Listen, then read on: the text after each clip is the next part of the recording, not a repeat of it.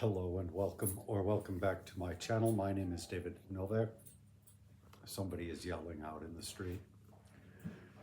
This is a Friday Reads video. Friday Reads videos are a booktube tradition. I have never done one before. And essentially it's just because I feel like making a video and I do not feel like reading. I was recently out of the country and put some things on pause and have not felt like getting back.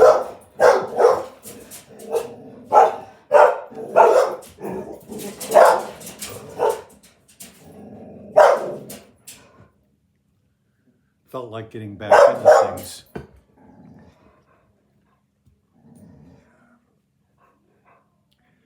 I carried Shang Civilization with me and read it throughout the trip. But I paused on Parkman. If I resume, I will still be on my schedule. My goal is to read Volume 1 and Volume 2 during the course of this year, so to finish up before next year, and I'm still perfectly on schedule with that. I've gone faster than I would have predicted, so taking a couple of weeks off has not really hampered that objective if I get back into it, which is I have to get in the mode again. I am a person who does not come to reading naturally. I've always had the desire to be a reader, and so over the years, bit by bit, I built myself up a little bit. The last 3 years and now two months plus have been a stepped up period of effort where I've really put forth a good amount of time, a good amount of dedication to the project of reading more. So I try to make it so that I read every day. It's not entirely always possible, but for the most part it is. I have a good accumulation of books that I have long wanted to read, and I just was not strong enough of a reader to make it through much of it. Laziness partly, and just lack of practice. Really the ultimate solution to the problem is just to devote the time to it, an hour a day or whatever, and you can accomplish quite a bit with that. However, having come back from abroad, well, number one, you have to do a lot of stuff. A lot of cooking and such needs to be done, that just a lot of shopping and cooking.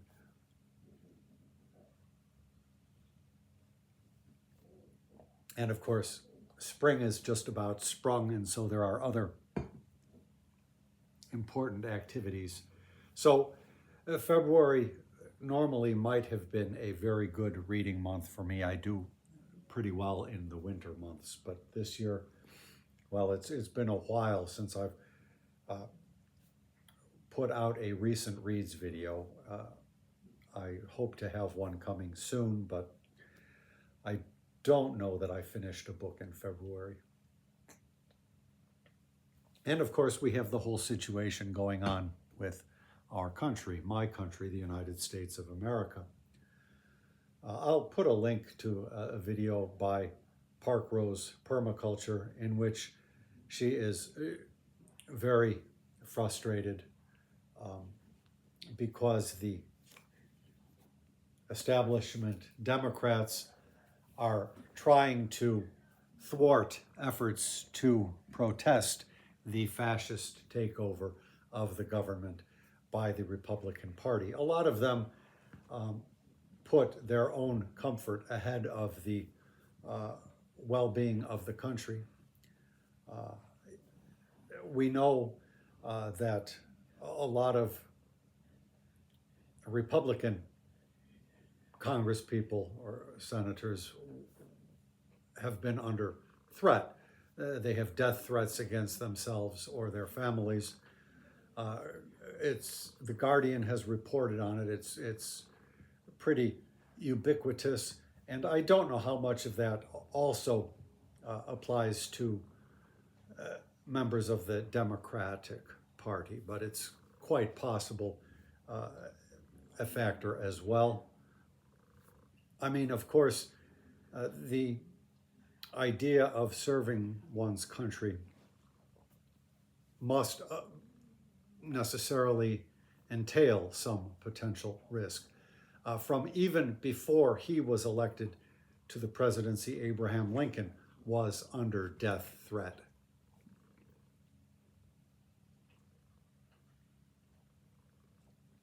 But of course, that was not the norm in his day, whereas today, I believe it is much more common, much more quotidian, much more pedestrian for our members of Congress.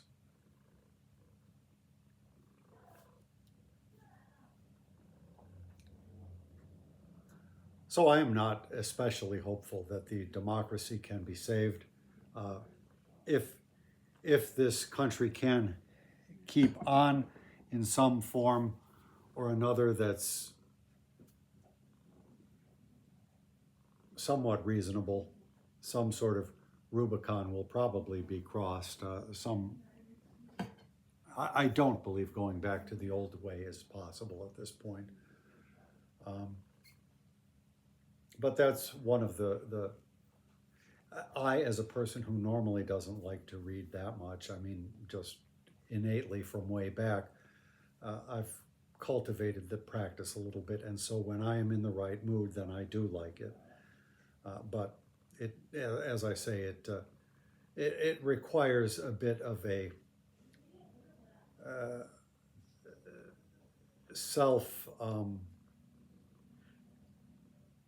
self-force.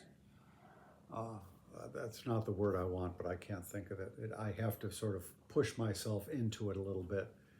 And I can do that successfully most of the time. But as I say, I'm not back into the swing of things as yet. There is a young booktuber named Steve Donahue who has been, I think he's trying to stir up some kind of a haul wars, he calls it, HAUL, meaning book haul, where people show off all of their purchases at the store, that kind of thing, of books.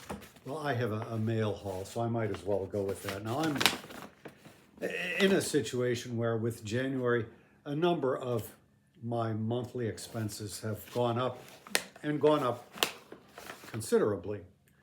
And so it behooves me at this time to try to really curtail my purchasing of books, even though I hear of a book that sounds interesting. I have just let it all go in these past 3 years, because why should I not encourage my desire to become a better reader by purchasing books occasionally? And I am naturally curious about many things. So I have a good number of books that will take me some time to get to. And I could easily go on a read what you own challenge, but I don't plan to do that. I don't want to forbid myself from buying anything. And actually that self-same young booktuber that I mentioned, Steve Donahue, was talking about a book on his channel and prompted me to place an order. I think this was like $6 with free shipping, which is always a good price. And oh, I see a page here that's a little bent. I don't care for that. Oh, this is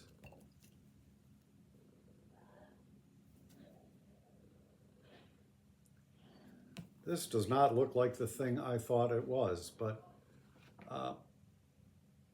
okay.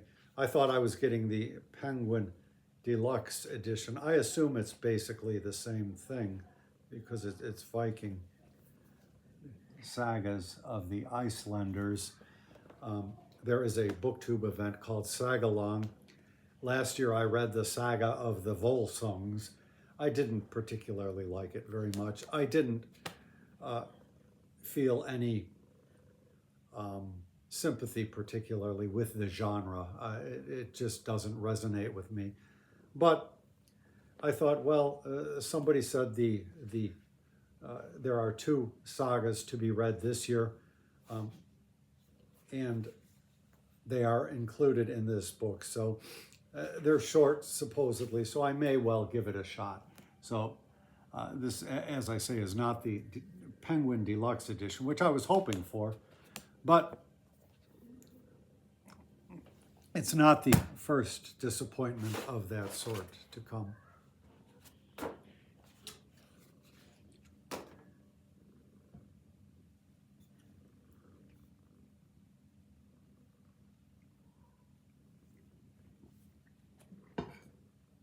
Yesterday I did some reading of poetry from this book by Casey Chang, and I tried to do a short video reading a little bit more, but I thought I would continue with where I was and just read a little bit more from this book. It's really the only reading that I am keeping steady with at this time.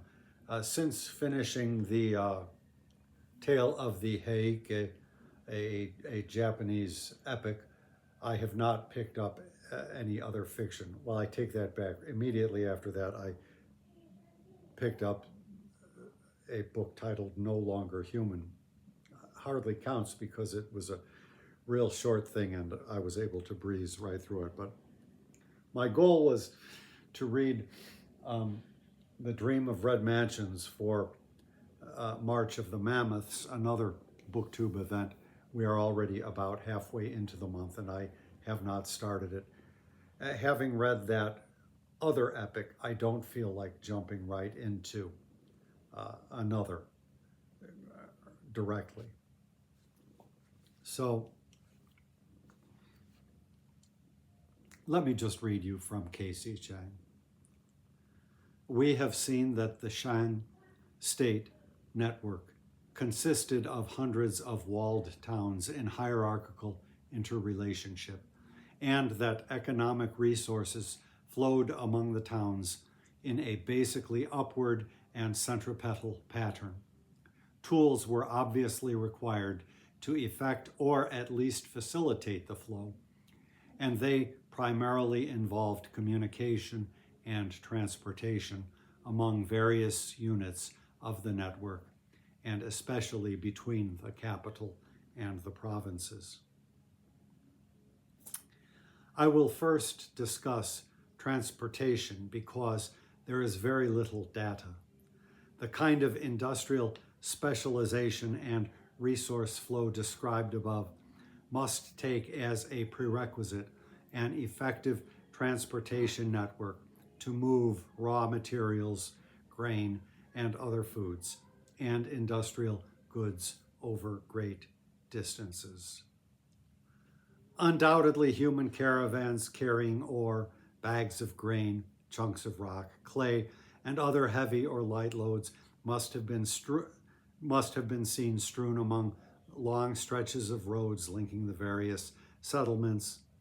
But what did the Shang have other than human labor to carry on the vast transportation effort? Boats, undoubtedly, and so forth. It goes on, listing many of the possibilities for which there may not be much record in the archaeological remains such as had been found at the time of this writing. And this book is not a new book. It's got to be something like 50 years old.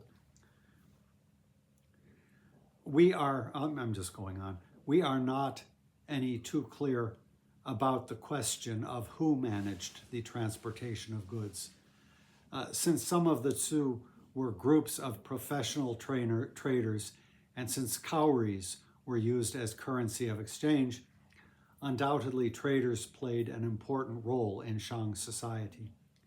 In fact, the Shang were such skillful traders that many of their descendants found careers in trading, and to this day, the word for merchant, Shangren, is the same as the word for the Shang people. Unfortunately, we have no reliable information whatever on the details of the Shang trade and traders.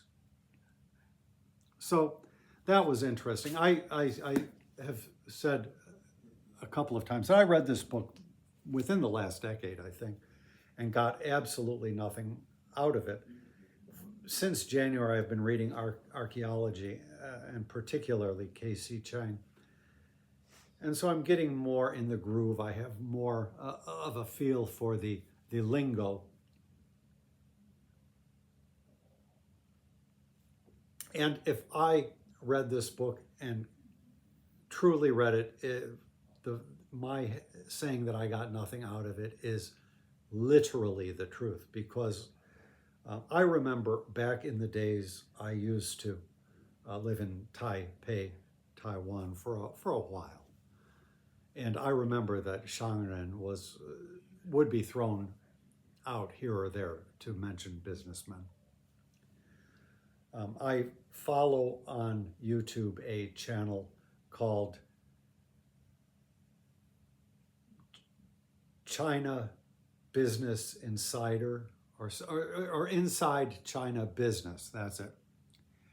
A video is posted nearly every day, and I find it very enlightening to go there.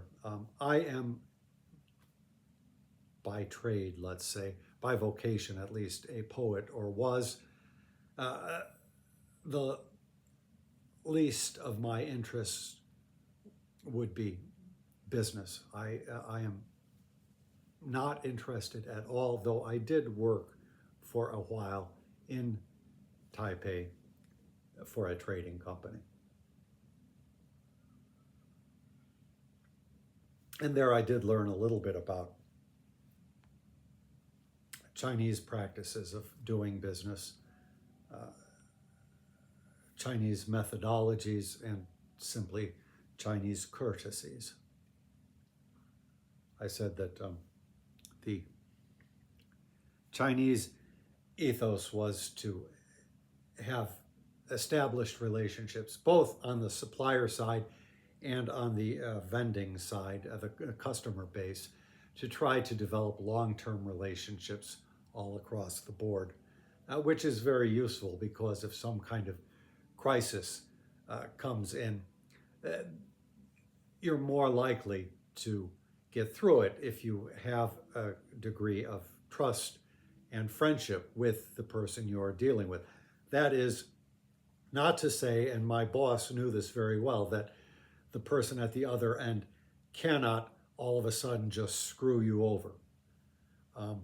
And so I remember one real tense situation in the office, and I can't remember now the basics of it, but I think the goods, our company had produced the goods, which we were a trading company, but dealing with a specialty item. So it was not just a question of the materials coming from one vendor. They came from dozens of vendors, and then our group assembled them, so to speak, or had another company assemble them, and then we sold it to countries all over. And there was some kind of issue that cropped up. There was some misunderstanding or something. I don't remember anymore, but the goods had all been produced, and all of a sudden the purchaser did not want to buy them, or something of that sort. Or I don't know, the letter of credit had been sent, and I don't even remember what letter of LOCs mean anymore. So that's how far distant to the past that was. But it was a tense situation. And he, my boss asked me to help write a letter, and I did, and the situation resolved itself. I can remember another situation now that I think of it, where um, back in those days, they did not have credit as we did at the time. But what companies would do would be to write post-dated checks. So they would pay for something, but the date on the check would be, 3 months, 6 months in the future, and people did business like that. And there was a situation of that sort where the supplier that we bought from, somebody I think had stiffed him, and then he and a whole group of his folks came to our office, and they were trying to strong arm my boss into doing something, and my boss refused to do it because it would entail my boss putting himself out on a limb. And so it wound up that this supplier, I'm sure, wound up crashing. But my boss was very careful.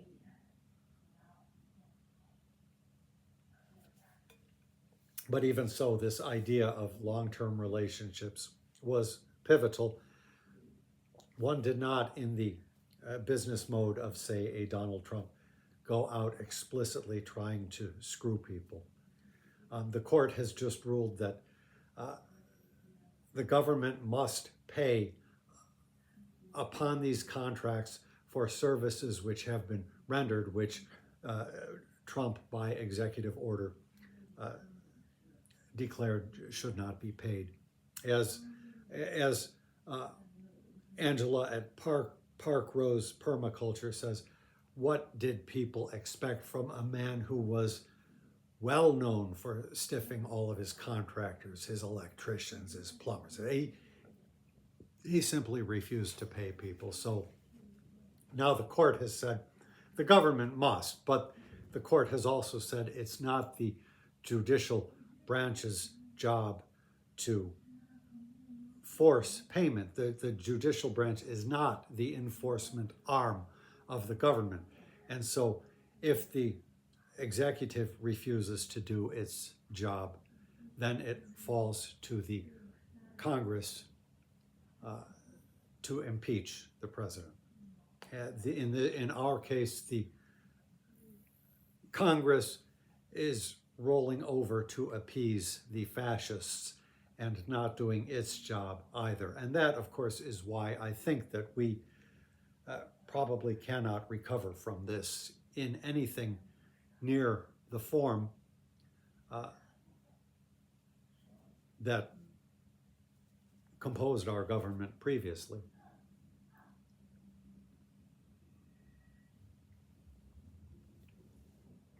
I am not hopeful because the problem runs deeper than a number of complicit establishment Democrats. The complicity is pretty much all over the place, with a handful of exceptions. And of course, we, the citizens who care about the persistence of our government, are very grateful for these people. Trying to stand up for the democracy is a dangerous task in this climate.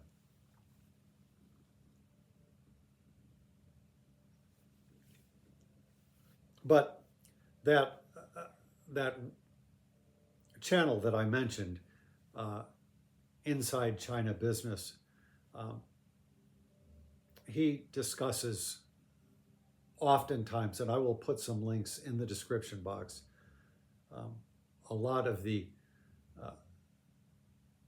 supply side issues for all kinds of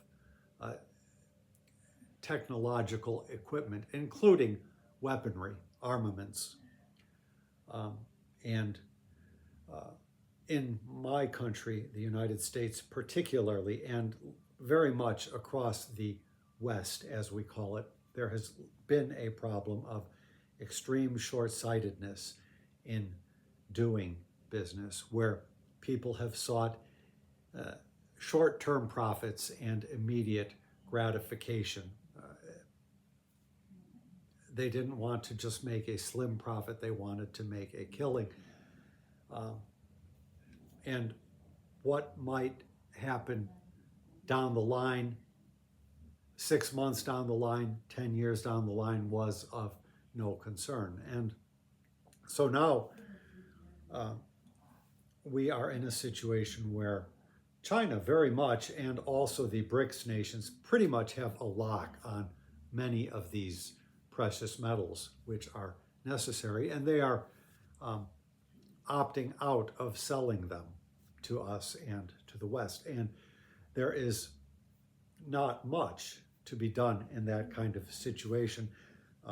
To begin mining, first one has to source them and study it and then mine them, and also you have to have them in your domain, so to speak. So the West has really screwed itself royally by not taking the future into account. Again, it's using this present regime, it has relied heavily upon just bullying tactics alone to get what it wants. So even if some semblance of democracy can be restored, the economic situation cannot but undergo changes, and probably drastic changes. But you cannot read about Shang civilization or ancient China and come away without an awareness of just the vast and careful trade networks which they established to keep the supplies flowing. China of today really is very much the same China of yore, so to speak. And China has a lot of experience, and therefore China knew that thinking ahead was vital to the national interest, if you will.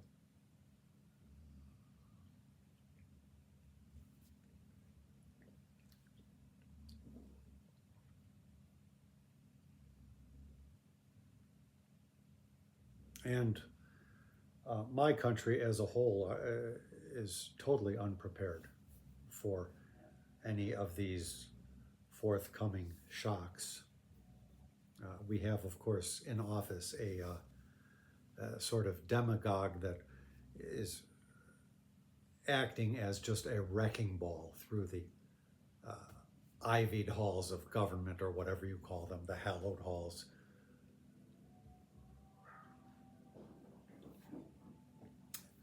He and many of his ilk are not really interested in serving the American public.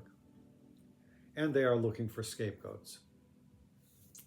And so while this whole sort of philosophy drives great numbers of our countrymen, nothing good can be expected to come of it.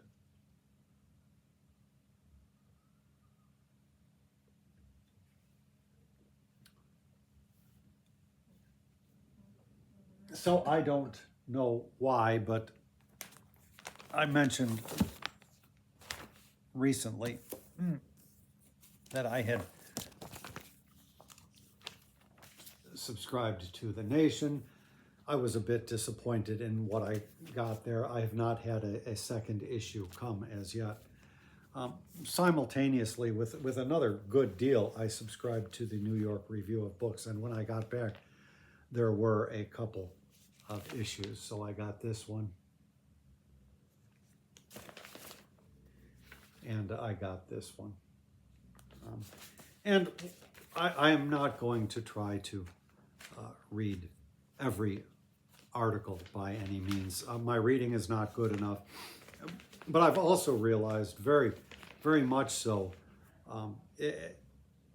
that book reviews are not of any great interest to me.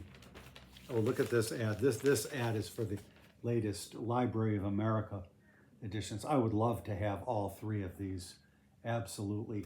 This has been on my TBR for a number of years now. I have it in the Penguin edition, and now I'm thinking, well, maybe I need that. And I am a huge fan of John Quincy Adams, having read his complete they're not complete, the complete Library of America version of his diaries, which is still much reduced, but worth reading. I can't imagine that the whole thing would be so rewarding as just the 2 volumes from Library of America. And I would also like to read, I think it's Margaret Fuller. So I would love to have these 3, but as I say, with these other expenses on the rise, I won't be doing it. And so I was flipping through this, and you know, why don't I read you this? I felt like Steve Donahue. I mentioned him a couple of times in this. There's a very nice video up with Steve and Hannah of Hannah's Books talking about book reviewing. So if you are interested in that sort of thing, I would recommend it to you. I'll put a link in the description box. But there was a poem in this issue. And if you've ever watched any of Steve's videos, he'll read something by a poet, and then he'll go, he'll get all upset because it doesn't make any sense. And so that was almost the feeling I had from this. I felt like Steve for a little bit. It's called Old Passports by Marianne Boruch. Walking by was this the one? Yeah. Walking by a flea market in Pest. Walking by its table of late 80s Soviet chic in pieces. Some old movies begin as a cheesy map gone up in flames to quick start real people talking in trouble, if in fact. True or false, the backstory all over again. Yes, we backstory. You backstory. I backstory. Russian medals, insignia, military whatnots, uniform caps for sale, memorabilia equals cherished no matter what, no matter that soldiers too young on their glad, desperate way out of history stripped down right on the streets of Budapest. After all, worth a few huffs, that stuff, said one of us, alive and well, his childhood staring wide-eyed straight at me. I could see the 10-year-old he'd been, shrunk down to bigger now. Netherworld come closer. The scattering, worn passports on that table too. Covers ragged, bent, blue, maroon, black, Bulgaria, Albania, Romania, Czechoslovakia, so forth and so on. Smoke, fire, little squares inside, blurred. I froze into and stopped there. Somebody with all of the right reference points may well know what she is talking about. I had no clue, and it's the sort of thing I have no desire to work to find out a clue. It's not the sort of thing, say, with a poem by John Berryman, where you may not understand what he's saying, but you know there's something behind it. In that case, it's just words.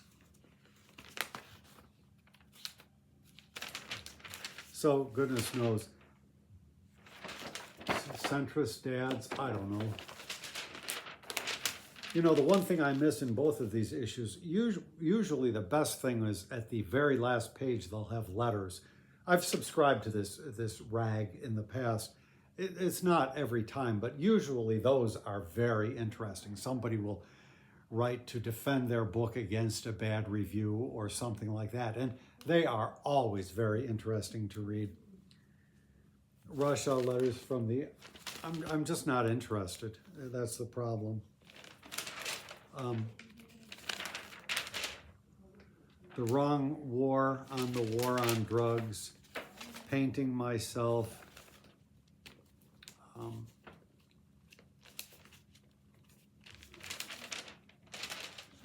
The Price of American Safety, How to Lose a War. Well, it's all about the Afghan war. I mean, maybe one day if I'm interested in that history, then a review like this would be useful to me. But just as a general thing, poetry. This is a biography of the poet Anthony Hecht, and a collection of, what is it, letters or something? No, his complete poems or collected poems, something like that. And I've said I haven't read poetry in decades at this point, except very specifically for some kind of purpose here or there, like when I started this channel up. So I don't even remember the poetry of Anthony Hecht. I think I kind of liked some things, but I don't remember it anymore. And so I'm not really all that concerned about, even a poet that I like, I'm probably not going to be interested in his life. So a biography of a poet whose work I can't even remember and don't intend to seek out is not something I need to be reading about.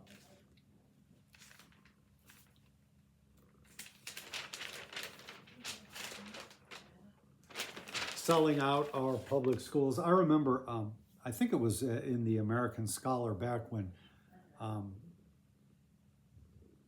Joseph Epstein was the editor. It was a really great publication at that time. And there would be articles by Bernard Lewis, I think even possibly Momigliano.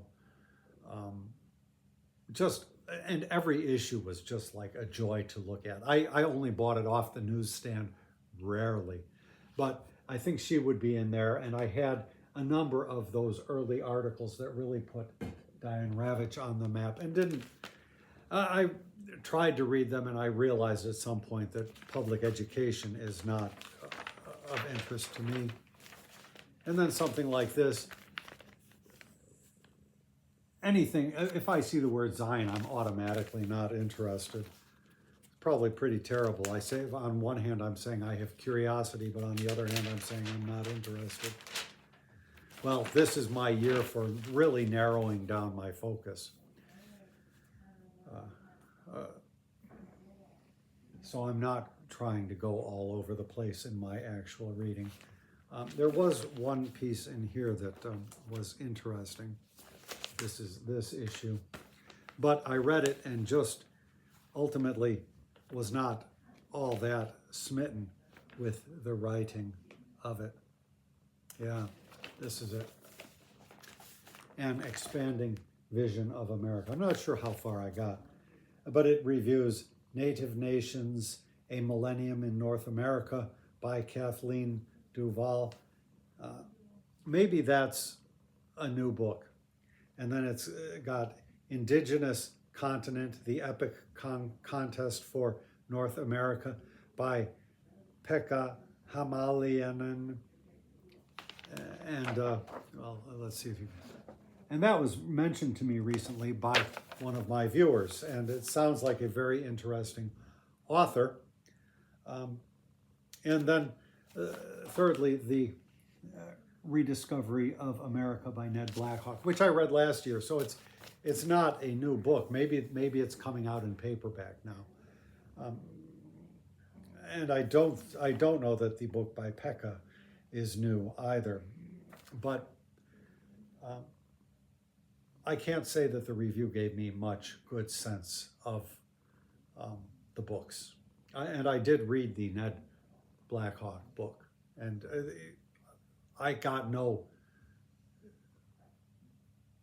really distinguishing sense of the books. I got a sense of what the writer, Nicole Eustace, knows about the subject.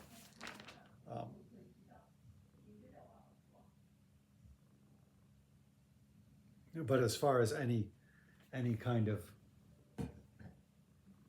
fulcrum on which to judge, with which to judge any of these books, there was nothing that was helpful.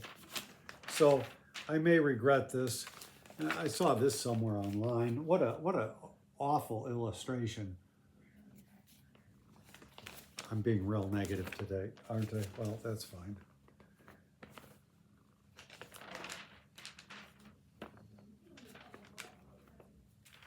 Well, I mean, what do you expect? He's not a good-looking man like our President Donald Trump, you know. I actually have never really seen much of a difference between them. The same jokey manner, this guy and Trump. The same disregard for the truth. The same sort of long-range deceit. Negotiating with enemies behind the backs of your own country, sort of against the national interest and public weal, that sort of thing. They hold those in common, and people have let it pass with previous administrations, so why not let it pass with the current one?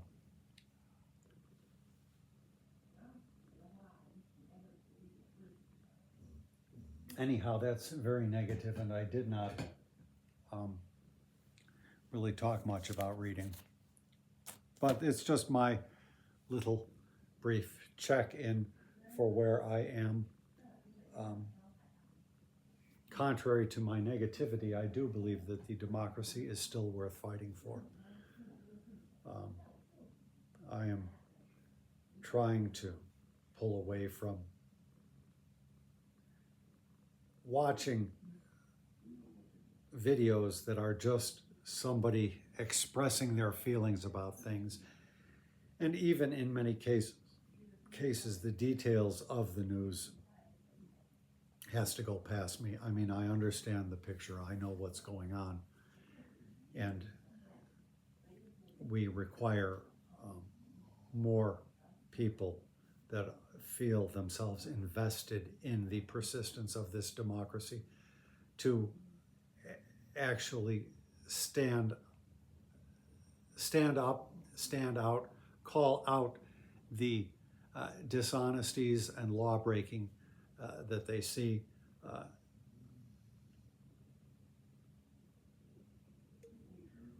and protest even at risk. But I cannot, again, fault somebody who does not want to risk their life for it, with the exception of, say, an elected public official, because that is incumbent upon the job, the task.